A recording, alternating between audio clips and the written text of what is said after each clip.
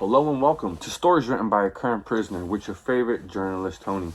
First and foremost, before I even start this interview, man, I just want to go ahead and say thank you to you, man, the viewer, for taking the time out of the day and keeping the show alive and for watching the show, man. We seriously would not be here if it was not for you, man. So thank you so much, man. We're going to continue to ride out until the wheels fall off. Thank you, man, for stopping by. And I just want to go ahead and remind you guys, man, that everything that's being said in this video is 100% true, ladies and gentlemen. Scrappy himself has took it upon himself to send me all of his paperwork, all these documents, all these photos, crime scene photos. It's truly disturbing, looking at images of cholos, gangsters on stretchers, seeing them physically hurt with that mouth thing on them because they're knocked out unconscious and they're being taken life flighted out. It's sick. It's sick, man, especially when it's another Hispanic doing it to another Hispanic. But this is real life. This is what really takes place within these prison walls. So I'm here, to share that. Of course, this platform is for the inmates. Of course, we're not here to glamorize or to promote this type of lifestyle, ladies and gentlemen. If you have any doubt in mind about what is being said in this video, then I strongly encourage you to pick up this book, Malice and Deceit, because it includes not only documents, but a bunch of crime scene photos and a bunch of other stuff that you can go ahead and corroborate with everything that's being said in this video. I kid you not, ladies and gentlemen. I'm telling you, you want to go ahead and pick this up, man. Nothing is fake. So we're going to go ahead and kick this thing off. Thank you for stopping by, man. Hey, what's going on, Big Tony? Hey, man, glad to be back on the show, man. What's good, man? Just right here, posted up. Another cold, windy day in Kern Valley, bro.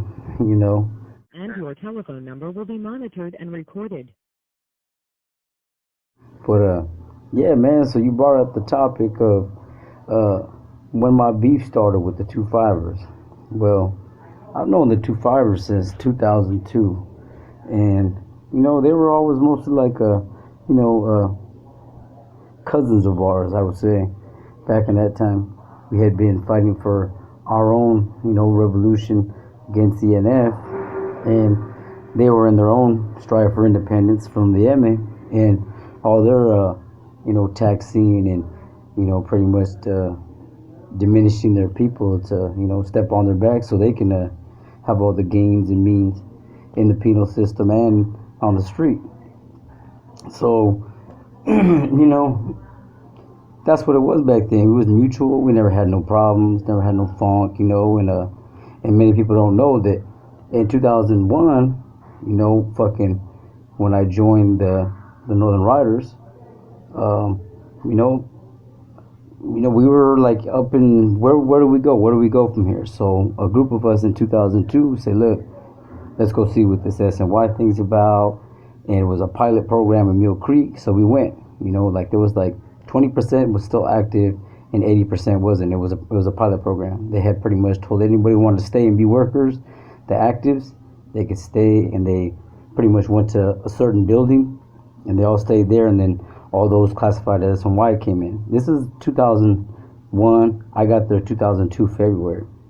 Well, we got there, peeped the scene, didn't like it. Lasted less than 6 months. We did our thing to get off the yard and sign my car off. I have the paperwork and it's in my book and whatnot.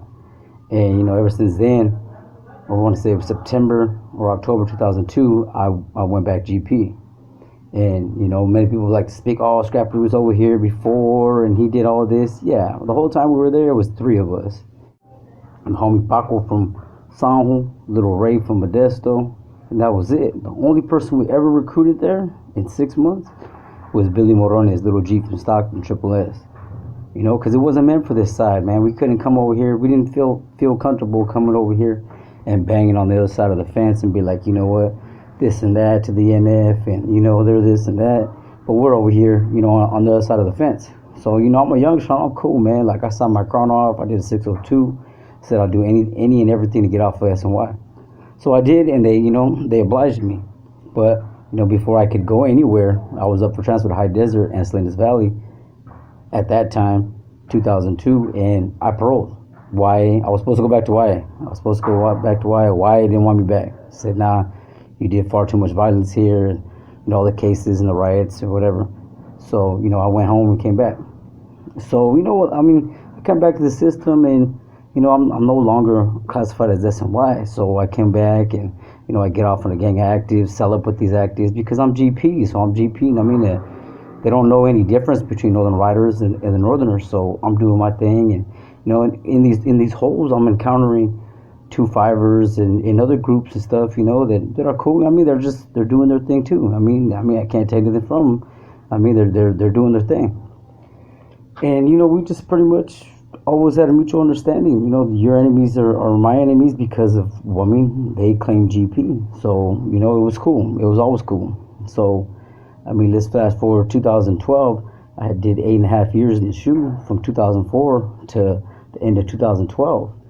And, for numerous things, blasting cops, getting off on cops, getting off on, the enemy, the opposition, the NF, and Northern structures, everywhere I went.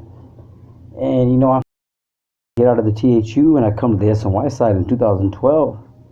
And, the Twofivers are a whole different ball game now, from the ones I had met in 2002 in Mill Creek, which are highly respectful. And, they were about their thing. Look, we're on SNY side, bro. We're all in the same boat. Why we gonna rock the boat?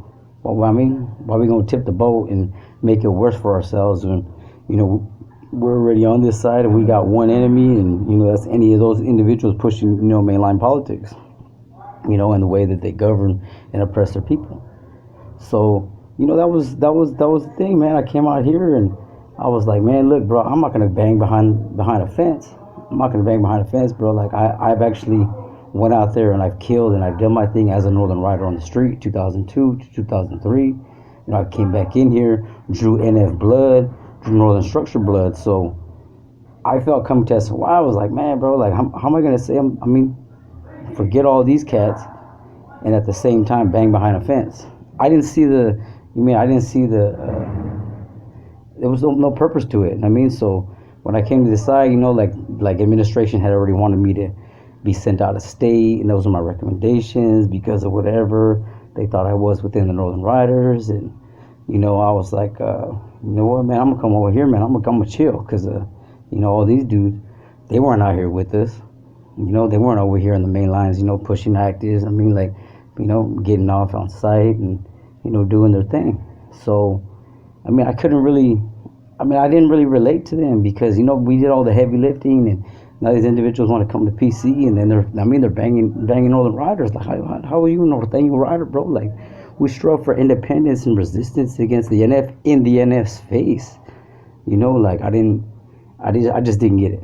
So when I came to this side, they were like, look, fool, we had to go to weekend services and whatnot, and, go up there once a week. They're going to give you a validation point. I said, look, bro, I can't afford no validation points, bro. I'm barely getting out the SHU off of Northern Structure validation. So if I get one more point, even as a rider, bro, they want to send me out of state, or I go back to the SHU for 6 years. And I just wasn't going to do it, bro. Not for this handful of people that I see now that were drug addicts, and, they were stepping on each other's back to just to gain favor with the next homie, the next compa that was hitting dope, and, lying and scheming and owing each other. And I was like, yeah, I'm good, bro. I ain't finna do none of that. So, long story short, man, I was cool. I said, look, bro, I'm gonna step back.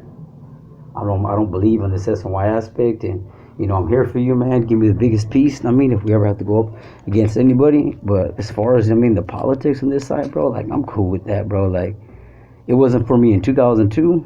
That's why I went back GP. And it's not for me now. So, I go to DR for a minute, and, I get into it with the cellie, end up strangling my cellie in the cell. And, I didn't kill him or nothing.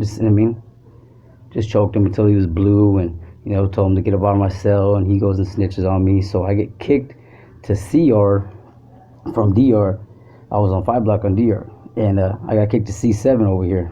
And, I'm over here with the homies, and there's a bunch of compas in this yard, and everybody embraced me like, man, we can't believe you had stepped back, bro. Like, we heard of you, whatever, and like, bro, it's cool, bro. I'm here for you guys, bro. You guys are still solid Northerners, bro, and I'm always represent that in my heart, bro. But I just didn't feel it on this side, like, so and as the months progressed, I settled up with my homie right here, Soldier Boy from Fatimas. He's right here in the building with me, and he had been pushed back by Snoop and all his little disciples because he bucked up against them. He said, man, you know what? He pretty much called them, B words to their faces and was like, look, man, I ain't gotta listen to you, bro. I ain't gotta do none of that, bro. I'm my own man, and I push the way I push, man. If you don't like it, then we can handle it. And he's always been direct like that since I've known him as a kid and why since '98. And they pushed him back or whatever. They didn't come at him with force. Most of these dudes are scared of him. And we settled up. And, I didn't have that hatred for the riders like he did. I was like, look, bro, it is what it is. And I was brought back in through a bunch of turn of events and conventions, because at the time I guess this yard was being belittled by Snoop and his disciples as being a hideout yard and a retirement yard. There was 35 compas, and this yard had never been up. They had never gone in a riot since since the history of it opening. I don't know, in the mid 2000s, and it was now 2012, and 2013 rolled around, and compas keep getting at me. Hey, bro, we want you to come back, and we need you, bro. You're the only one that can go against Snoop, and like none of us have that have that relationship with him, nor none of us have that old school status as being one of the original riders. And I'm like, look, bro, it's good. I mean, there's a compa on the lower yard, Crazy Boy from Sakura. He's the one who brought me in 2001, the other co-founder. Your telephone number will be monitored and recorded. Because there's always been two co-founders. I mean, these people, they run their mouth like, hey, you weren't this, you weren't that. Bro, I never said I'm the founder. I was one of the original ones, but I was not the founding member. There was two. There was Crazy Boy from Sakura, Michael Montez, and Badass Snoop from Sac. And those were the two. Okay, and when I came along, the car had no detail. It was just a ragtag car, just people banging, like, more like a Crip and Blood street gang type thing. When I came on, that's when I detailed, that's when I put an organization, the voice, the vote, the value of the equality. That's what I did. I added that to it, because otherwise than that, Snoop would have been your so-called God or emperor, whatever he calls himself, since the onset. But when I came on, I fought for what we were, because I was Raza Foundation at one time, against the NF's, pretty much, dictatorship. And when I was brought in 2001, in November 2001, in Elwing, by Crazy Boy, he was like, bro, we need you, to help us build this thing, and I wrote everything, man. All this NRD thing that people talk about, I never wrote that document. I never even read that document. Snoop tried to show it to me in 2018, but I was cool. It's not my car no more. I can care less. But I detailed everything, man. There was the original, Rider Liberation, which was called the Assertion of Northern Liberation at one time. And, it pretty much gave everybody their voice, and the original assertion of Northern Liberation, which we later coined the assertion of Rider Liberation. Yeah, man, it gave you your equal freedoms. We no longer have ranks and status that the North purported that we needed to guide ourselves and push a mainline status in a way in which it's far too paramilitant. Like, I mean, they try to teach you like things that are unnecessary. They want you to police each other, snitch on each other for not rolling up your mattress, for not not doing your education right, or speaking contrary to another homeboy's opinion. And that's not cool, man. Like I get a lot of the security measures, and that was righteous, and it was something to go through that it helped me be who I am. But was it fully needed at the time? Like, nah, probably not. Like, we had rules where you couldn't get your feels on your old lady at visit. You couldn't argue with her, because that's unprofessional. So, like, there was a lot of things, man, that we didn't, there wasn't agreeable to many of the, just the basic northern war, just, I don't know, man, but it was sad. It was a sad time. They called it the years of the tyrannical COC. That's when I first came. I came to prison in 2000. In the year 2000, I came from CY. I came from Preston for slicing up a Southsider, and my co-defendant had blasted him 9 times, and I took the case. But it was sad, man, because I entered DVI thinking, I'm here, I am, man, I'm the holy grail. I'm finally upstate, finally in the big house, finally get to see where the big homies operate, all professional, must get wow, and like, I don't know, man, it was heartbreaking for me, man, because every time I got to get close to an OG on the reception, that had just come from the street, and they had did times in the 60s and the 70s and 80s, and I was always told the same basic thing, man. You know what? Stay out of politics. Don't get involved, man, because it's a mess, and you're gonna end up either getting hit or hitting somebody. So these assertion of liberation, northern liberation, man, it was basically telling us, look, man, let's take it back to the old school, man, where every Norteño was equal, where we have our rights. You have your voice, and you're valued as not just, as a homeboy, but as a person, man, and you want to see this individual succeed, and you enjoy seeing his progress as he grows, and as you both gain wisdom and tutelage, from not only our literature, but the books that we were forced and recommended to study. And it's just basic things, just like, I want to be able to go to a meeting and have to say, hey, I don't like this, I don't like that, and not walk away and be like, hey, man, like have to look over my back because I said the wrong thing, and they're gonna whack me because I feel that this homie is in the wrong, but because he has a status, or because he's somebody's son, or somewhere along those lines, that that you shouldn't have spoke up against this individual. Like, man, I'm just saying how I feel, man. Why can't I say how I feel? It's supposed to be every Norteño's equal, but it ain't like that. It was never like that. And not in prison. So that's just us writers. We got together, and I was like, look, bro, like, this is what we're gonna formulate, man. We need something to where we each of our voices uphold merit and value and consistency. That it means something. And the individual Snoop, he had been gone. He went to Pleasant Valley CR, paroled, and he'd been out of the system for a minute already, and didn't come back for a while. I didn't meet up with him until 2003, till we were cellies in San Jose and Santa Clara County Jail. I was on my case, and he was on his. And Snoop used to be a blood. A lot of people don't even know that he was a blood when he went to YA.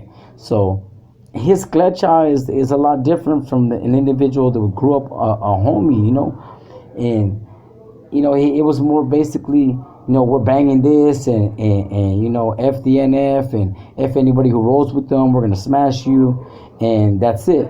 But there was no like battle cry. There was no, these are the goals that we're trying to achieve. This is what we want. So when I detailed the assertion of Northern Liberation, it detailed that we're trying to strike the hearts of every Northern soldado out there, man, that, we don't need the NF to tell us what to do. We don't need a dad. We ain't got daddy issues, bro. Like, we can parent ourselves. As long as the committee and the council get together and this is what we're going to do, we may not always appease to everybody's ideals or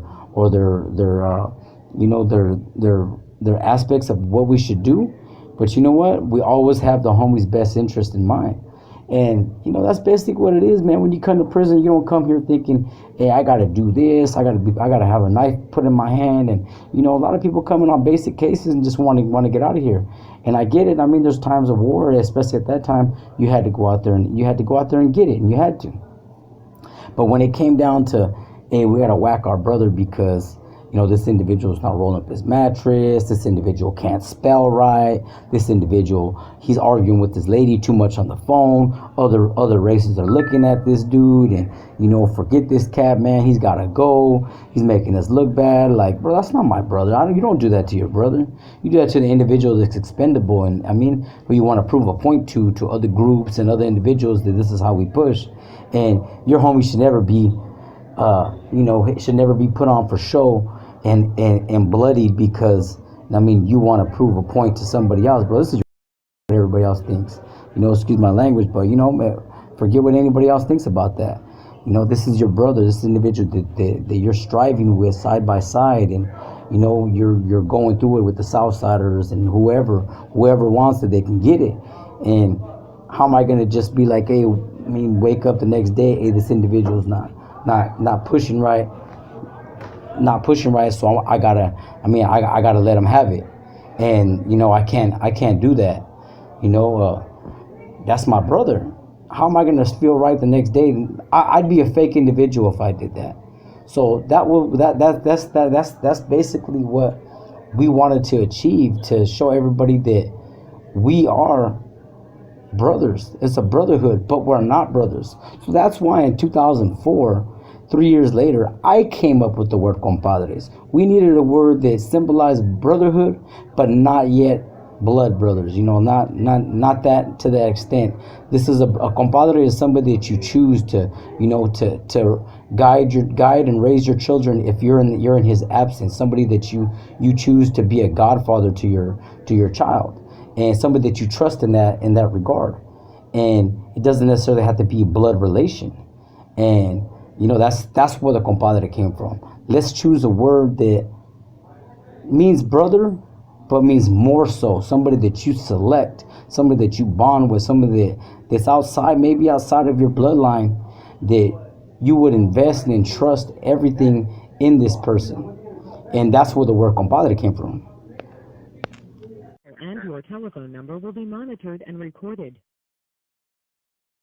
And that's where compadres come from.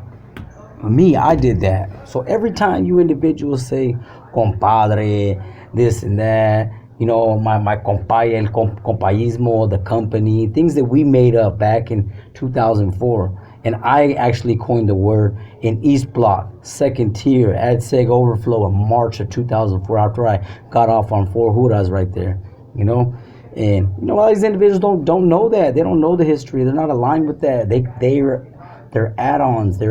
They joined on the PC side, which, like I've said, I never agreed with. I get demonized all the time. Hey, yeah, Scrappy did this, he did that. Bro, really? Well, I was in the shoe from 2004 to 2012. Mainline, Valor or not. So how did I come over here and how did I do all this? Snoop likes to blame it on everything, but he's the individual who created Disciples, the elite, and all this madness that really took away from the original writer quest in 2000 and 2001, when we fought for liberation. We fought for our voices against NF. Said, look, we no longer need to be governed by you. We no longer need to be told what to do or how to do it or how to make our money, or to be forced to make your money on the street so you can come in here, so you can have your books stacked with thousands of dollars. And when our regular northern soldados come in, they're not even taken care of, but we're the ones doing the heavy lifting for you. We're the ones taking penitentiary chances. That's what this was about. This wasn't about no gimmick. Oh, I'm a rider. This is, like some gang. It wasn't about that. It was about the northern soldado reclaiming his identity and telling the NF, look, bro, there's 3 stages to the northern republic, what have you. There's the Nuestra Familia, there's the Nuestra Raza, which they became just norteños, and there's norteños, northerners. That's it. And us northerners, we don't need to be told what to do. We didn't volunteer our lives, to some constitution. Nah, bro, we came in here as individuals, and because we're from up north, we fall under a certain a certain organization, and we're fine with that. But you're not going to abuse us with with our geography of where we're from, and you have to do this because you're from here, or you read this document, so now you're obligated. Like, that's not cool. That's not cool. These individuals, they didn't know any better when they came in. They had to be fully fledged soldados. They had to study. They had to train. They had to kill this individual because he may have messed up over here. He said the wrong thing. When he got off in a riot with the Southsiders or whatever, he wasn't trained right. That falls on everybody. So everybody should be DP'd for that. I've seen numerous incidents, man, where good homies just are just, I mean, they're very expendable and they mean nothing. They're meaningless to the brass and to the big homies or the COC at the time. I mean, because the age of the tyrannical COC was, there was just a lot of people who had no status at all running these main lines, and half of them were no good anyway, and just abusing the power they had and just wanted to be that dude. And it was shambles, man. But we had went through all this course, me, Snoop, Crazy. We had went through that back in the days, and that's what kind of bonded us. And even today, you'd probably trip out. Most people do trip out, man. When I had Snoop as my neighbor in 2018, okay, he was down the tier for me. Well, when I first got there from Lancaster after the riot, we kicked off a riot in December 11th, December 12th, 2018. We smacked the Twofivers in Donovan, and made the news, whatever. The NCs, we do what we do. And Donovan doesn't have a triple CMS hole, so I was sent to Lancaster. They did this on purpose. IGI put me in a van right after committee, drove me up there, pretty much moved me on the tier with Snoop. I get there 5 days later. SSU pulls me out. I'm talking to Snoop though. He's being friendly. He's talking about he's disappointed in me. He's on some like female trip. Like, bro, I hate you because I loved you, and like, bro, what is that, bro? Like, I mean, like that's something like my ex would tell me or something, bro. Like, I mean, he's just a weird individual, and I'm like, look, bro, it is what it is, bro. Don't fear me, cause I'm not gonna come out of my cuffs and whack you on this tier in front of the Huras, bro, because you will be saved and I won't be able to do what I need to do. So let's just be civil and let's chill. And he starts buying my pills for me and whatnot, and he's just, I don't know, man, he just gets on my nuts. I mean, I'm gonna keep it real. Like, that fool was on my nuts. He was on my set. All the other group segments, all the IRs, all the 2.5s, everybody seemed like, bro, they would tell me like, bro, this dude shit about you all this time for 2 years back here, and now all of a sudden you get here, bro, he's like your best friend. Fool, this fool giving you all this food, giving you all this shit. He basically paid me rent. I'm gonna keep it real, man. It's sad to say, man, but that was the thing, man, because he ain't built like that. Well, who is he stabbed? Who is he got off on like that? And I mean, he's over here making the Kung Fu Playboy videos on YouTube, man. Like, bro, look, you look silly as hell, man, bro. I'm embarrassed to know you, bro. I mean, I'm embarrassed for you. I'm ashamed for you, bro. Like, that's you, bro, throwing punches in the air like that, bro. Like, damn, bro, you must knock yourself out. But it is what it is, man. This individual man, that's not the Snoop I once knew. He was a hitter. He was not a hitter as a stabber or nothing, but he did have knockouts at one point. Now he's getting beat up by little ass dudes. And I mean, it's like, bro, like, man, at least if we're gonna be enemies, bro, like live like a lion, be a dragon. I mean, like, knock fools down, like give me a worthy adversary, bro. But you're you, bro. Like, bro, I'm over here catching attempted murder, making the news every chance I get, bro. Like, and you over here throwing punches on YouTube. You know what I mean? The Kung Fu Playboy again. Like, come on, bro. Like, knock it out. But anyway, man, look. Your telephone number will be monitored and recorded. Anyway, look, man. He on the tier with me. I go see SSU. They're telling me that they want this war to stop. That we had 44 attempted homicides on Twofivers and other groups. That they want NC to pretty much kick back. That this cost them over $7 million in medical expenses, and they're tired of us. And I'm like, look, man, just send us back to Salinas Valley, man. We're cool right there, man. There's another group right there. We're very, chill with, and we'll chill right there. We don't allow no riders or no Twofivers there. So, let's just run with that. And they were like, nah, well, we want this to stop. That's why we kind of brought you by Snoop or whatever. We set this up. And I'm like, okay. And I mean, he's down the tier for me, but, it's all good. And, it was what it was. They took a bunch of pictures of me. And as I go back, because Snoop had told me, look, hey, if it's SSU, tell him I want to talk to him. So I told me, this fool wants to talk to you guys. I don't know. He had been doing a bunch of interviews with them, and, they let him use the phone, the landline, or whatever, and he was making a big case over it. And I don't know. He was just on some shenanigans, typical Snoop behavior, But long story short, man, I'm coming back. This fool is butt naked in the little tank right there when you first come into ASU. in Lancaster, and he told me, nephew, hey bro, they over here, they trying to send me to suicide watch, man. They saying I'm crazy, I got this mania, and with the whoop, man, don't think I'm locking it up, bro. I ain't locking it up, man. With the whoop, and I'm like, bro, like what's going on? I mean, some dude said he was, doing things with soaps and all kinds of things. I don't know, but so yeah, I don't know. It was crazy, man. I ended up getting him moved back next to me when he came off of watch, and this fool was on my sack, and he wanted a peace treaty. I told him, look, bro, I don't do that. Like, I can't do that, bro. I'm only a member of the mob, bro. I'm not a leader. I'm just a member, just like any one of us, bro. Like, we exemplify, equality. And this individual, he wanted this big old peace treaty, and we played him, and whatever happened in Corcoran, they tried to get on me, and I'm stabbing 3 of them, life flighted one of them, like, bro, it's all in the paperwork, all in the book. These things really happen. Nothing. I got 3 little polka dots, bro, and that was it. You want to glorify something that's small? Go ahead. But I mean, we'll jump back all the way to but we didn't have no beef before. This is what a lot of people don't understand. There was no beef before. There wasn't none. I hadn't seen this individual since Death Row 2005 in the Adjustment Center in San Quentin. We were housed there because I had got off on a bunch of cops and, blasted some actives and, spearing and darting individuals. And, so they put me in the adjustment center. He was back there for over familiarity. So we were kept away from the burger population and housed with death row shoe inmates.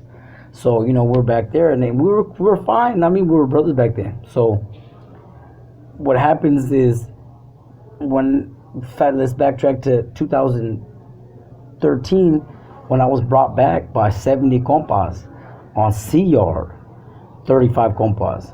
D yard, 35 compas. They brought me back unanimously, to be a compa and to pretty much go against Snoop, that they wanted their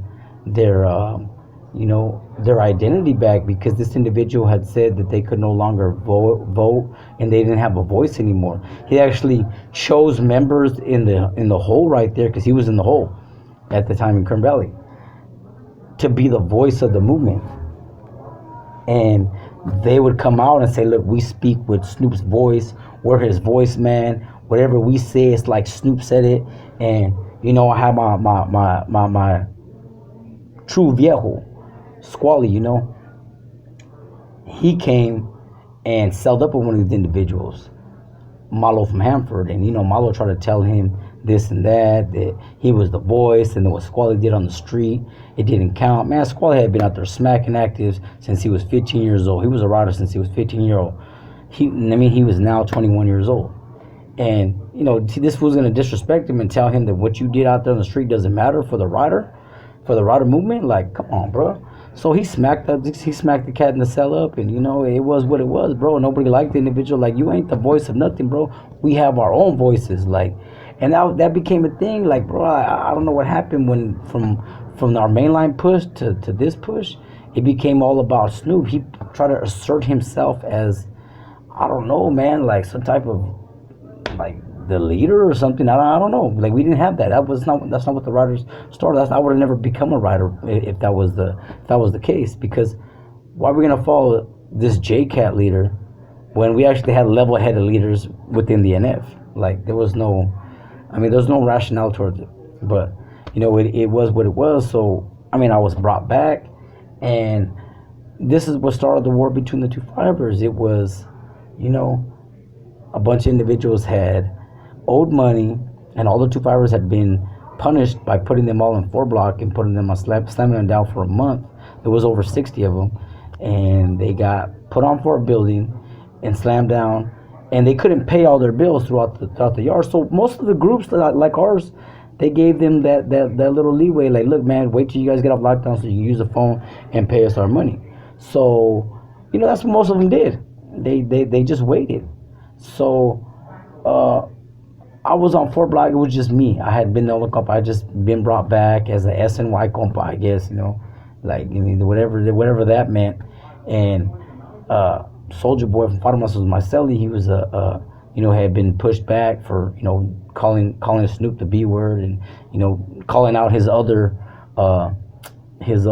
voice man, this individual named Mo. He called him out because Mo had Mo had been the one that wrote a kite to IGI telling them that these blacks had phones in their cell because the blacks had burnt Snoop for a cell phone. And Snoop made Mo write a kite to IGI to get their house hit. So basically they wrote it together. Snoop actually told me he wrote the kite, but he had Mo sign it. And, he said, call Santa Claus because, these individuals burned me and they need to be punished for it. And since Mo, you co-signed them, you're going to need to put your name on it. And that was like, bro, you pretty much just snitching on the whole world like that, bro. Like, how is anybody supposed to respect you or the compas when you right here calling the cops on these cats that they burnt you? I mean, you got burnt. I mean, they were in the hole and he got burnt for this phone. So it was like, bro, it was what it was, man. You can get out of your cuss. I mean, you walk in or whatever and try to get them, but you don't ever call the authorities on individuals. Like who does that? But it was what it was, and my boy Soldier Boy, he stood his ground, and ain't no riders wanted to mess with him. He ended up being my cellie, and he rocked with me to the fullest, knowing that kid since we were 15 years old. So all these 2-5ers are moving in, and mind you, there's no beef here. There's no beef. There's no funk. And the only 2 other riders were in C-section, but they're on C-status, so they couldn't come out. And they were moving the next week anyways, also from Oakland and Easy from Madera. So they're like, man, look, we're tasked to collect these bills for the homies. It was $13.50 at one point, and once they moved, all those bills got pushed to me to see that they were collected. So what I ended up having to do was get with the compas in the upper yard through school. I was going to school. I was a teacher's aide, and I ended up having to ride kites back and forth and talk to the compas that were on the buildings, to talk to the compas that were old, and we ended up cross canceling a bunch of debts. It was like $500. And it went down from $13.50 to $8.50. And once it hit $8.50, after these dudes got off of lockdown, like a month and a half went by, and these dudes weren't paying nothing. Like these fools are, buying dope and whatnot. So I get at the comp. I was like, look, bro, like you guys want your money. You guys are writing these kites for me to collect and do this and that. But these individuals ain't paying, bro. So look, bro, this is what I propose. I propose. Because every rider is allowed to, submit a form to the committee of the council, and this is what I would like done, and I would like this voted upon. So I put a petition in. I say, look, these compas are owed money. What do you think? Give these fools 2 weeks of a deadline, and if they don't pay, then we'll smash them down here. There was only 7 compas in the lower yard, and there was 28 on the upper yard. And the second option was have these 2-5ers push their homies out of that gang, and then we'll smash them. We'll bust them open. And the kite went around, and some individuals didn't want to vote or whatnot. And you had this JCAT individual, Mike and Amigo, who tried to stop the vote. The 2-5ers were his friends, and he wanted to help them, and this and that. And long story short, man, the vote was 2-week deadline. So, 2 weeks come by, and we come out there to handle our business. And Fo was out there with another few compas out there. So it was only going to be 5 of us, or 3 or 6. Me, Tiny, Squally, Indio, Flaco, and Fo.